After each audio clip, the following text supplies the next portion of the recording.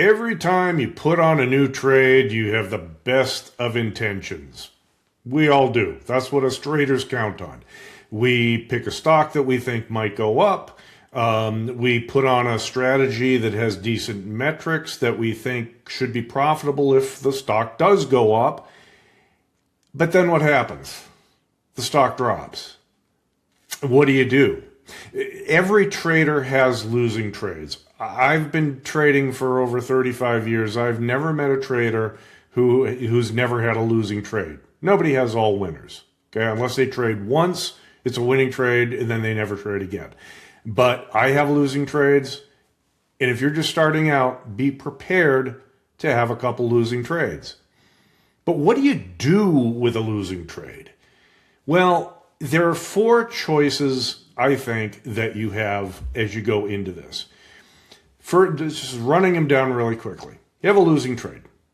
First is just let the trade go. Let it continue on. Second is close the trade for a loss. Third option would be to adjust it in some way, to roll it out. The fourth would be to defend it. So let's go into each one of these and see just kind of how they might work. Now, Meta, the big, Mag 7 stock, reported earnings last week. And on April 27th, the Monday before earnings, stock was trading at about, 672.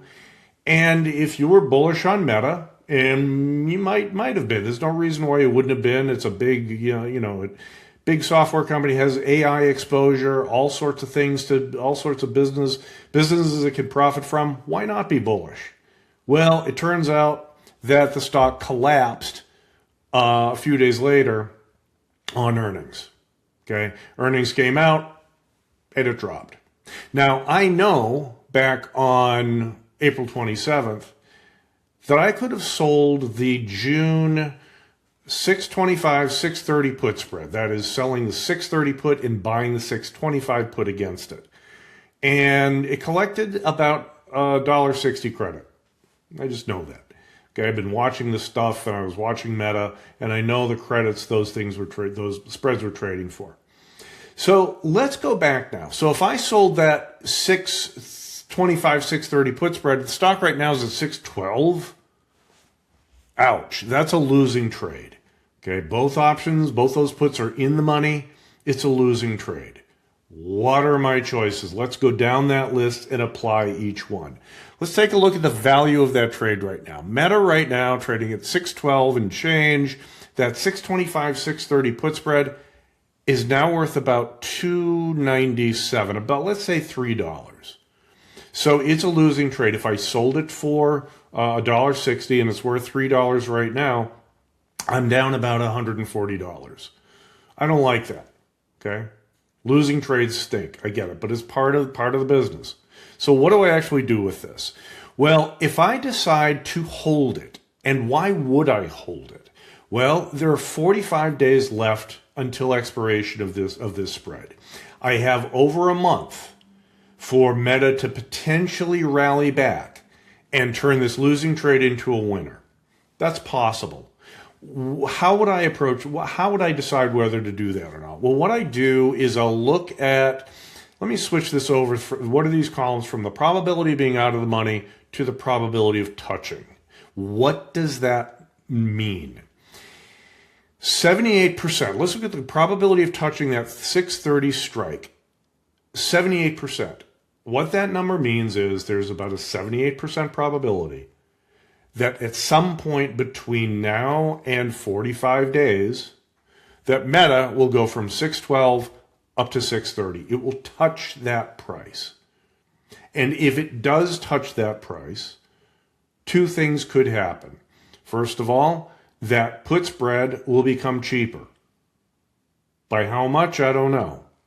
And second of all, it might let you take that trade off for either a smaller loss or potentially a profit. That's what you're betting on when you're holding this trade going forward. So you're betting that there's that 78% probability that the stock is going to rally back up and touch 630. If there's a 71% chance it goes to 635.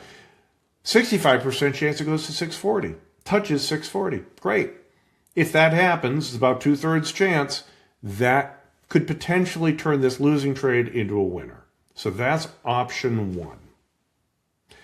Option two, or choice two, I should say. Choice two is to close the losing trade. Take it off the table. So why would I do that? Well, it's trading at 302 right now. The rationale would be that the reason I bought or got long Meta in the first place, ahead of earnings, that reason is no longer valid. I don't think Meta is going to bounce back. I'm not necessarily bearish on it, but I don't want to hold it any longer. And if I buy it back for, let's say, $3 and book or take my $140 loss, what am I avoiding? Well, that spread, the 625, 630 put spread, can go to a maximum value of $5. If in 45 days, Meta is below 625, that spread's going to be worth $5, and it's going to go from $3 to $5, and my loss will be the difference between $5 and $1.60, which is $3.40. So between now and expiration, my loss could grow by another $200. That's why I might close this and not hold it. If I do decide to hold it, what I can do also, and this is an old floor trader trick, is the 625, 630 put spread's worth about 315 now. With 45 days, I'm going to advance the expirations or go back or look at some closer expirations. The spread as we go from 45 days down to 32 days is now worth 302. As I go into 25 days, 327. So it's climbing a little bit.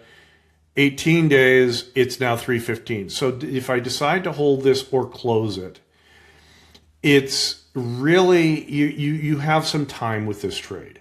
Okay, so I can choose to close it today, book the loss, move on, and again, take the emotional strain of looking at a losing trade, take that off the table. So those are a couple tricks. Let's go back to the June expiration. So now what I have is choice three, to roll or adjust the position somehow. A lot of times we'll talk about if we have a losing trade, let's say the short put spread, I might roll out in time to a further expiration and down to new strikes. How do I evaluate that with 45 days? Well, if I roll out in time, that takes me to the next expiration, which is 74 days. That's a little bit. Let me pare back my strikes a little bit. That's an easy way to do it. 74 days, it's a little long. I don't necessarily want to have a trade go out that long. If you're a long-term trader or a longer-term trader, okay, fine. But that's not what I'm looking to do. If I were going to roll this down, what does that mean? Well, let me clear this trade. What I would be doing is buying this 630 put, selling this 625 put.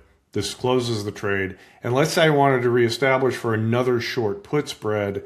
I might do the 600, sell the 600 and buy the 690 or buy the 595s. The problem with that is I'm generating a dollar for debit. So I'm doing that as a debit trade. I don't necessarily like doing that. There's no best in this. There's no best trade. There's no best way to do this, but I typically like to roll for credits. If I were going to do this, let's clear this trade out. If I were going out to 74 days, if I buy this back, sell the 625s, go out to the 74s, 74 data expiration.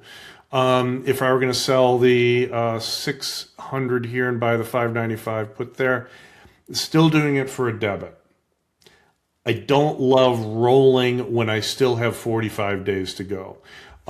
If this were closer to expiration, if this were down to, let's say, 25 days, okay, if I have the 635, excuse me, turn that into into a long. So let's clear that out and switch it to buy this one, buy the 630, sell the 625s. If I could roll that out to 45 days, let's do the 600, 695. Yeah, I'm still getting a debit for that. Do you see what I mean by managing this? I might have to push this out even further to, let's push this out to 45 days. And it's still a credit. How about if I pull this up here? Yeah. So I'm really kind of struggling with creating a credit spread when I adjust these trades, when I roll these things. Remember, I don't like to roll into a position that I wouldn't take on if I had nothing on right now. So if this were a new trade, what new trade would I put on that I would roll into? So what would I turn my existing position into to make a trade that I would want to put on right now? If I can't find that for a credit that I would take in, I'm not going to do the trade. This is how I evaluate. If I can roll out and down and get a credit, I might do that. If not, I move on. The fourth choice I have, let's minimize these and go back into the Junes. So if I'm short, the 630s along the 625s, I might defend this. What do I mean by defending it? Well, I have a bullish trade on. I don't necessarily want to add to a bullish trade. I don't want to put on more positive deltas here. What I might do is go out to 11 days. Maybe I'll sell a call spread against it. So maybe the 630, 635 call spread. I take in here, let me close this out so we get not quite as confusing here. So sell the 630, 635. I take in $1.27 credit for that. Again, has a 72% probability of making 50% of its max profit. It's a decent trade on its own if you're bearish on Meta. But what it does is adds another $1.25 credit to my existing position. So I sold that 625, 630 put spread for $1.60. I take in $1, let's say $1.30. Now my net credit is $2.90. Okay, so I have some more room. I've created a larger credit, which takes off some risk of that bullish trade, that short put spread I sold, by taking on a bearish position. Again, I could turn this into the 645, 640, 645, take in 84 cents. If I want more room on the upside, I might sell this. This is how I talk about defending a trade. So I'll put on another trade with opposing deltas. So the short put spread has long deltas. I might put on a short call spread with negative deltas, short deltas, to offset the loss and defend that trade in case Meta keeps going down. That's what I mean by defending it. So those are the four choices. I either hold the position and let it go. I either close it, take the loss and move on. I either roll it and adjust it either to lower strike prices, in this case for a put, or out to a further expiration. If I can do that for a credit, I will.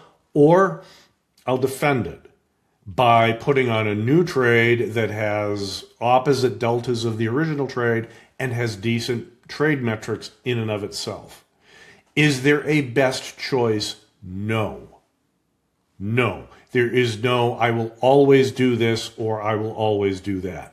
Yes, you want to try to be mechanical with your strategies, but the way I treat a losing trade with 45 days isn't the way I treat a losing trade with, let's say, 25 days. Okay, the metrics look different. The opportunities look different. If volatility has dropped, if volatility's gone up, these are the things that provide nuance to each of those choices. Now, why do I say this? These choices are kind of, or the way a beginning trader might want to look at them. The more you do this, the more automatic it gets. Your thought process is already in place. In fact, you might even get to the point where you know what you will do if the trade goes against you before you even put on the trade. That's where you want to get to. So back on April 27th, you sell that 625, 630 put spread. I already know before I press that send button that I will either keep the trade on if this happens, I'll close it if that happens, I'll adjust it if this other thing happens, and I'll defend it if something else happens. I have the different scenarios laid out in my head. It doesn't have to be complicated. But what it does is speed up the trading process, speed up the decision-making process, so I can deal with my meta, my losing trade in meta, and move on to another trade. None of this is a trade recommendation. And which choice you make is entirely up to you. And you have to decide whether it's a good choice for you or a bad choice for you. And please, when you are trading, use a smart strategy and do not take any more risk than you are comfortable with.